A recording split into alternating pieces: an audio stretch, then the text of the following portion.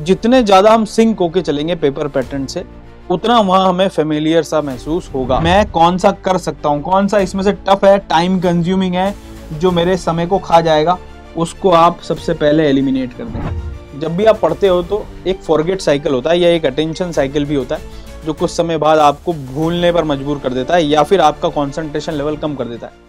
Hello बच्चों, कैसे हो आप लोग। एनएसईसी के बारे में बात करने वाले हैं। लगभग ऑलमोस्ट 2 ही महीने रह गए हैं और अब हमको क्या करना चाहिए। देखो, इससे पहले भी हम बात कर चुके हैं। तुमने अपनी तैयारी तो बहुत जोर शोर से शुरू कर दी होगी और काफी हद तक चीजें जो है वो तुमने कवर भी कर ली होगी।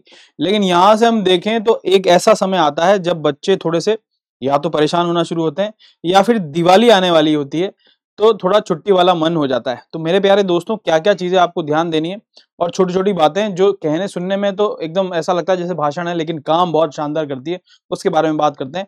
तो एनएसईसी के बारे में आपने तैयारी शुरू कर दी होगी। आपको पता है कि हमारे पास 60 मार्क्स आने वाले हैं। सेट ए में 48 एमसीक्यू आने वाला है। इसमें नेगेटिव मार्किंग होने वाली है ना।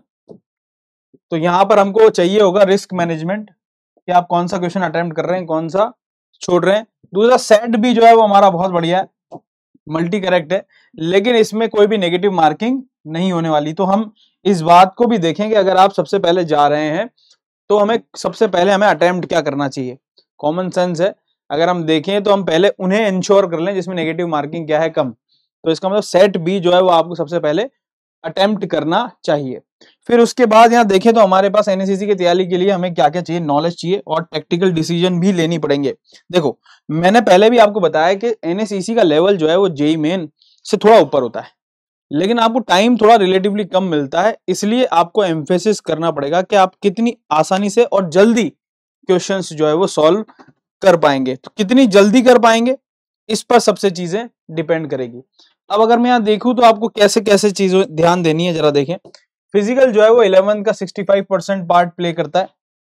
ऑर्गेनिक 20%, जिसमें जीओसी आ जाएगा हमारा, है ना, और आइसोमेरिज्म आ जाएगा, हाइड्रोकार्बन आ जाएगा। इनऑर्गेनिक लगभग 15%। लेकिन क्लास 12th में ऑर्गेनिक की जो है रिएक्शन मैकेनिज्म एक बहुत इंपॉर्टेंट टॉपिक है। तो क्लास 12th का रिएक्शन मैकेनिज्म आपका चल रहा होगा। इनऑर्गेनिक में आप नहीं छोड़ सकते कुछ चीजें, जैसे कि कोऑर्डिनेशन, है ना, जैसे कि पीरियोडिक टेबल के ट्रेंड्स, जैसे कि हमारे पास कोऑर्डिनेशन कंपाउंड में सीएफएसी थ्योरी, ये सब आप नहीं छोड़ सकते। और लास्टली हमारे पास सॉल्ट है, ये इसको अभी से रटना चालू कर दो, है ना। और ये एनालिटिकल जो केमिस्ट्री आती है ऑर्गेनिक में और इनऑर्गेनिक में, ये बहुत सारे सवाल पैदा करती है और इससे सवाल आते हैं। तो इनके ये क्वेश्चंस अभी से, और इन्हें रटना, इनकी चीजें रटना अभी से चालू कर दो।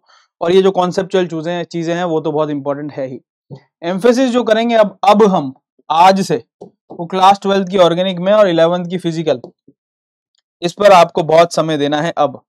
क्योंकि जो भी आप टॉपिक करें, जैसे कि आपने कोई भी टॉपिक चालू किया, जैसे कि हमने चालू किया aldehyde ketone, carboxylic acid, name reaction, जिससे बहुत सवाल आते हैं, तो आप उसको डीप तक जाएं, उसके क्वेश्चन बहुत अच्छे से प्रैक्टिस करें, है ना।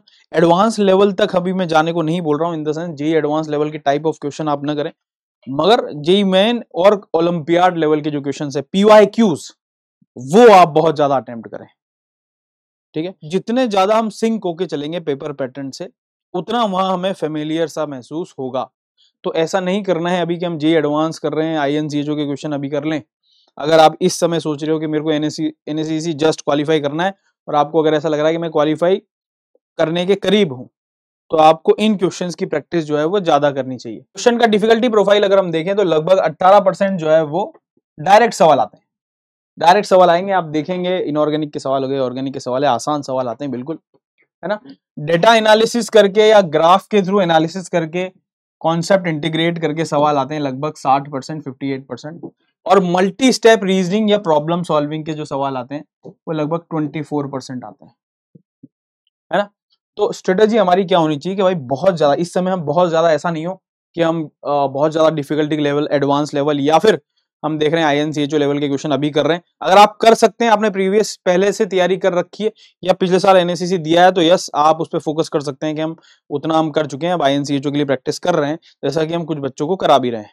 लेकिन अगर आपको लग रहा है कि मैं जस्ट क्रॉस कर सकता हूँ एनएसईसी, तब आपको जो है मीडियम डिफिकल्टी प्रॉब्लम्स पर मास्टर करना चाहिए।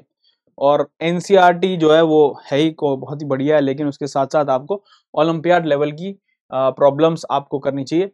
रटना कम है, कॉन्सेप्ट बेस्ड है, क्योंकि हम ओलंपियाड के बारे में बात कर रहे हैं, है ना। और जैसा कि मैं बात करूं कि आपको केमिकल बॉन्डिंग बहुत अच्छे से आना चाहिए, chemical equilibrium, kinetics, periodic table, in specific और बेसिक टॉपिक्स पर आप मास्टर करें सबसे पहले, है ना। बुक्स तो वैसे बहुत सारी है, लेकिन अभी हमारे पास समय नहीं है। लिख तो मैं लेके आ गया हूँ कि पॉलो ब्रूस हो गया, सोलोमन फ्रायल हो गया ऑर्गेनिक में, ओपी टंडन हो गया, एटकिंस हो गया फिजिकल में, जेडी ली हो गया इनऑर्गेनिक में, है ना। और पीवाईक्यू की प्रैक्टिस और मॉक टेस्ट की प्रैक्टिस आपको करनी है।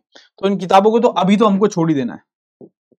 अगर आप एनएससीसी अभी बिल्कुल क्रिस्प, एकदम क्रिस्प तैयारी चालू की है, मतलब अभी जस्ट आपने पकड़ा है पेस और पता चल रहा है कि हाँ मैं एनएसएससी जस्ट क्वालिफाई कर सकता हूं अगर मैंने यही पेस रखी तो इनको तो छोड़ो, अभी आपको फोकस करना चाहिए पीवाईक्यू पर और टाइम बाउंड मॉक टेस्ट पर, जो घर पर आप करेंगे, है ना।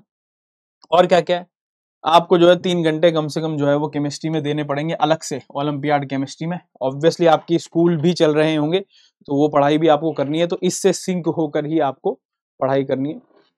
और इतना लोड नहीं लेना है कि पता चले हम जो क्वेश्चन कर रहे हैं वो वहां जाके गलत कर ले रहे हैं। तो प्रॉपर स्लीप लेनी है, एक्सरसाइज करना है, गेम्स खेलने हैं भाई, है ना। और शॉर्ट ब्रेक ले लेके पढ़ाई करनी है। जब भी आप पढ़ते हो तो एक फॉरगेट साइकिल होता है या एक अटेंशन साइकिल भी होता है, जो कुछ समय बाद आपको भूलने पर मजबूर कर देता है या फिर आपका कंसंट्रेशन लेवल कम कर देता है। तो अगर आप थोड़े थोड़े ब्रेक लेंगे तो कंसंट्रेशन वापस से बनेगा। एग्जाम डे पर आपको क्या करना है मैं पहले ही बात कर चुका हूं कि अगर हम देखें तो पहले आप अटेम्प्ट कर लें क्या, सेट बी। क्यों? क्योंकि हाई वैल्यू है, रिस्क बिल्कुल नहीं है। फिर उसके बाद आप सेट ए पर आए और उसमें आप ये देखें कि भाई मैं कौन सा कर सकता हूं, कौन सा इसमें से टफ है, टाइम कंज्यूमिंग है, जो मेरे समय को खा जाएगा, उसको आप सबसे पहले एलिमिनेट कर दें। और आपको लग रहा है कि भाई 50-60% के हाँ मेरे को सही लग रही है कहानी, तभी आप अटेम्प्ट करें। तुक्का मारने की कोई जरूरत नहीं है, तुक्के हमेशा गलतियां ही करवाते हैं, है ना। एक दिन से पहले आपको जो है वो सिर्फ चीजें जो है वो रिवाइज कर देनी है, जो पढ़ा है उसको।